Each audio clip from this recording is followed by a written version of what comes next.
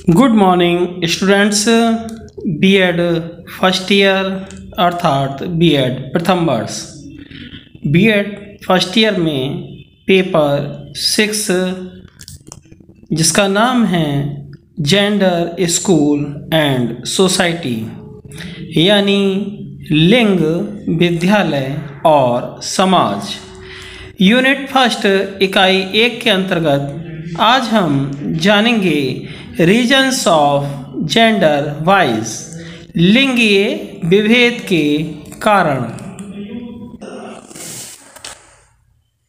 प्राचीन काल से चला आ रहा है लिंगीय विभेद और ये विभेद भारत का ही नहीं विश्व के कई देशों में चला आ रहा है। विभेद कई प्रकार के होते हैं।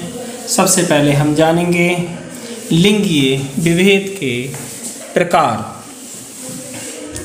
ये विभेद कई प्रकार के होते हैं। नंबर 1 जातिगत विभेद, प्रजातीय विभेद, लिंगीय विभेद, भाषाई विभेद, रंगगत विभेद, सांस्कृतिक विभेद, आर्थिक विभेद और स्थानगत विभेद। मनुष्य की एकता की स्थापना में ये सभी प्रकार के विभेद बाधक हैं, परंतु लिंगीय विभेद के कारण बालिकाओं को भ्रूणावस्था में ही समाप्त कर दिया जाता है तथा जन्म के पश्चात भी बालिकाओं को आजीवन लैंगिक विभेद का सामना करना पड़ता है। यूनेस्को की रिपोर्ट के अनुसार भारत में प्रतिवर्ष 1,30,00,000 कन्या भ्रूण हत्या कर दी जाती है। इसे हम अनुमान लगा सकते हैं कि लिंगीय विभेद कितनी भयावह अवस्था में पहुंच चुका है। लिंगीय विभेद के कारण महिलाओं की स्थिति में अपेक्षित सुधार नहीं हो पाया है। लिंगीय विभेद के कारणों को हम निम्नलिखित रूप से समझ सकते हैं। नंबर 1 मान्यताएं तथा परंपराएं। लिंगीय विभेद का एक प्रमुख कारण भारतीय मान्यताओं तथा परंपराओं का है। यहाँ जीवित पुत्र का मुख देखने से पूर्ण नामक नरक से मुक्ति का वर्णन तथा श्राद्ध और पिंडीय दान कार्य पुत्र के हाथ में संपन्न कराने की मान्यता रही है। स्त्रियों की चिता को अग्नि देने का अधिकार भी नहीं दिया गया है, जिसके कारण भी पुत्र को महत्व दिया जाता है और वंश चलाने में भी पुरुष को ही प्रधान माना गया है। इन मान्यताओं और परंपराओं की बेड़ियों में हमारा भारतीय जनमानस, चाहे वह शिक्षित हो या अशिक्षित हो, पूरी तरह से अबद्ध है, जिसके परिणाम स्वरूप बालकों को महत्व दिया जाता है और कहीं कहीं तो बालिकाओं की गर्भ में ही हत्या कर दी जाती है। अधिकांश बालिकाओं को भी बोझ समझकर ही उनका पालन पोषण किया जाता है तथा सदैव इन्हें पुरुषों की छत्र छाया में जीवन व्यतीत करना पड़ता है। अर्थवेद में वर्णन किया गया है कि स्त्री को बाल्यकाल में पिता के अधीन, युवावस्था में पति के अधीन और वृद्धावस्था में पुत्र के अधीन रहना चाहिए। इस प्रकार स्त्रियों के अस्तित्व, उनकी मान्यताओं, उनकी परंपराओं और सुरक्षा की बलि चढ़ा दिया जाता है। इस प्रकार मान्यताएं तथा परंपराएं लिंगीय विभेद में वृद्धि करने का प्रमुख कारण है। दूसरा बिंदु हमारा आता है संकीर्ण विचारधाराएं। बालक बालिका में भेद का एक कारण लोगों में संकीर्ण विचारधारा है। लड़के माता पिता के बुढ़ापे का सहारा बनेंगे, वंश चलाएंगे, उन्हें पढ़ा लिखा कर घर की उन्नति होगी।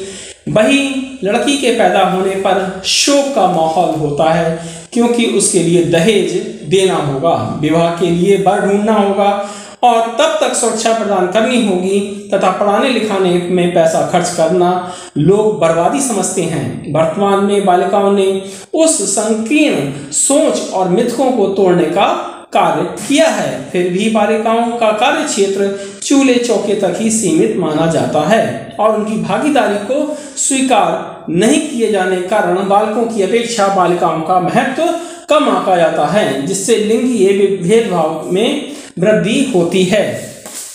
तीसरा बिंदु हमारा आता है जागरूकता का अभाव। जागरूकता के अभाव के कारण भी लैंगिक भेदभाव उपजता है। समाज में अभी भी लैंगिक मुद्दों पर जागरूकता की कमी है, जिसके कारण बालक बालिकाओं की देखरेख, शिक्षा, पोषण आदि स्तरों पर भेदभाव किया जाता है। वहीं जागरूक समाज में बेटा बेटी एक समान के मंत्र का अनुसरण करते हुए बेटियों का पालन पोषण और शिक्षा दीक्षा स्त्रियों की भांति प्रदान की जाती है।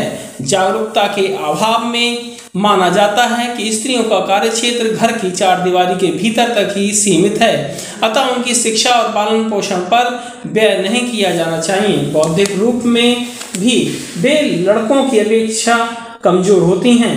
लैंगिक भेदभाव के कारण बालिकाओं के विकास का उचित प्रबंधन नहीं किया जाता है, अतः बालकों को बालिकाओं की अपेक्षा अधिक महत्व प्रदान किया जाता है।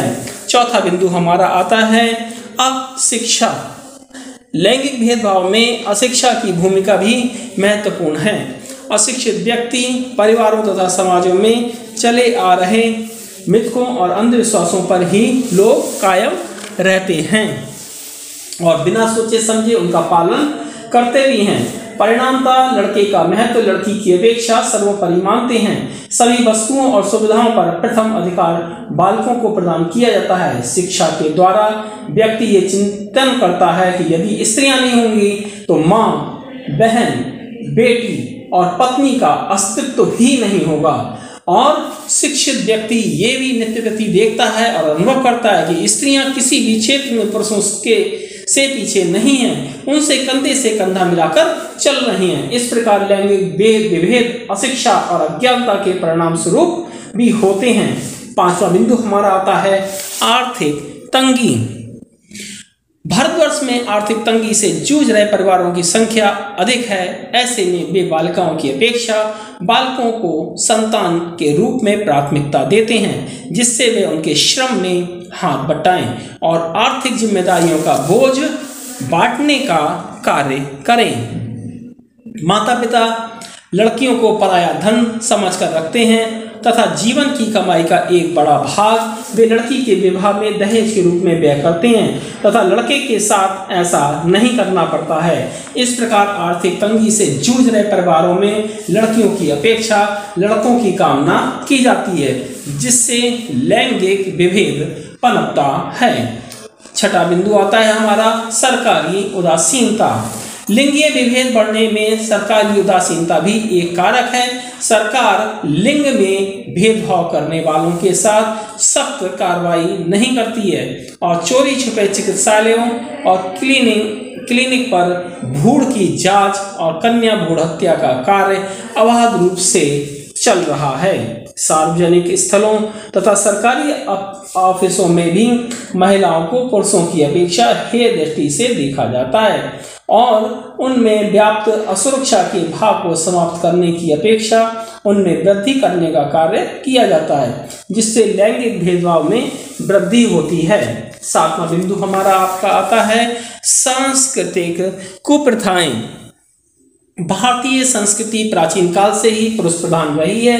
यद्यपि अपवाद स्वरूप कुछ सशक्त स्त्रियों विदुषियों के उदाहरण अवश्य प्राप्त होते हैं, परंतु इतिहास साक्षी है कि सीता और द्रौपदी जैसी स्त्रियों को भी स्त्री होने का परिणाम भुगतना पड़ा है।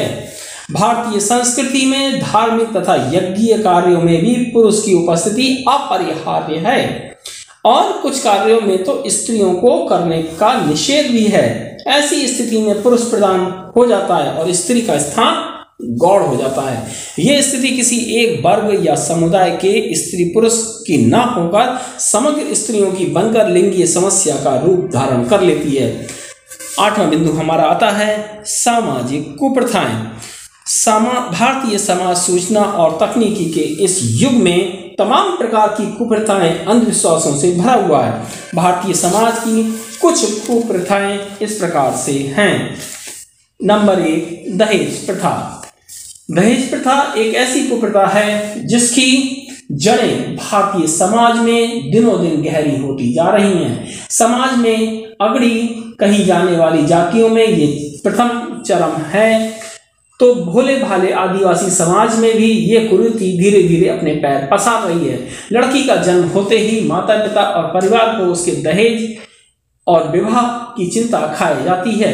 इस कुप्रथा के कारण भी लोग लड़कियों को नहीं चाहते हैं कि लड़कियां जन्म लें। अगला पॉइंट है इसी में, कन्या भ्रूण हत्या।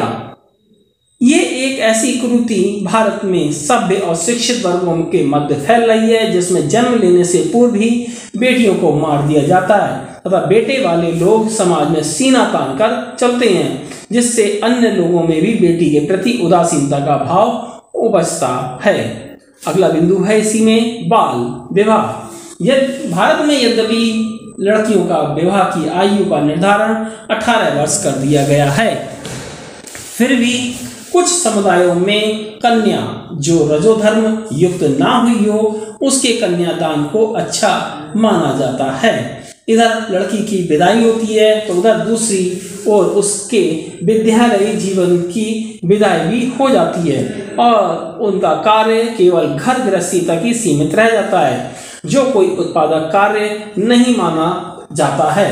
अतः बालकों और पुरुषों को अधिक महत्व प्रदान किया जाता है, जिससे लैंगिक विभेद बढ़ता है। साथ ही साथ अगला पॉइंट आता है 8वें के बाद, दोषपूर्ण शिक्षा प्रणाली। भारतीय शिक्षा प्रणाली दोषपूर्ण है, जिस कारण शिक्षा का संबंध व्यक्ति के व्यवहारिक जीवन से नहीं हो पाता है।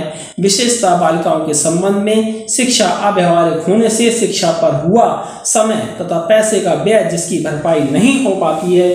अतः बालकों की शिक्षा की अपेक्षा बालिका शिक्षा ही नहीं अब तो इस लिंग के प्रति भी लोगों में दुर्भावना व्याप्त हो जाती है।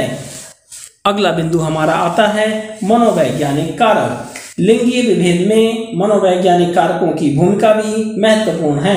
प्रारंभ में ही स्त्रियों के मस्तिष्क में ये बात घर कर जाती है कि पुरुष महिलाओं से श्रेष्ठ है तथा महिलाओं को उनकी प्रत्येक आज्ञा का पालन करना परमेश्वर की भांति उनको समझना चाहिए। बिना पुरुष के स्त्री का कोई अस्तित्व नहीं है और पुरुष से ही महिला की पहचान और सुरक्षा होती है। अतः समाज भी आदर्श स्त्री का दर्जा ऐसी महिलाओं को प्रदान करता है जिनके साथ पुरुष का सानिध्य रहता है। अकेली स्त्री को समाज में हे दृष्टि से देखा जाता है। इस प्रकार स्त्रियों में ये एक मनोवैज्ञानिक धारणा बैठ जाती है कि पुरुष उनसे श्रेष्ठ है और वह स्वयं स्त्री होकर भी बालिकाओं को जन्म और उनके सर्वांगीण विकास का विरोध करती हैं। Thanks for watching. धन्यवाद।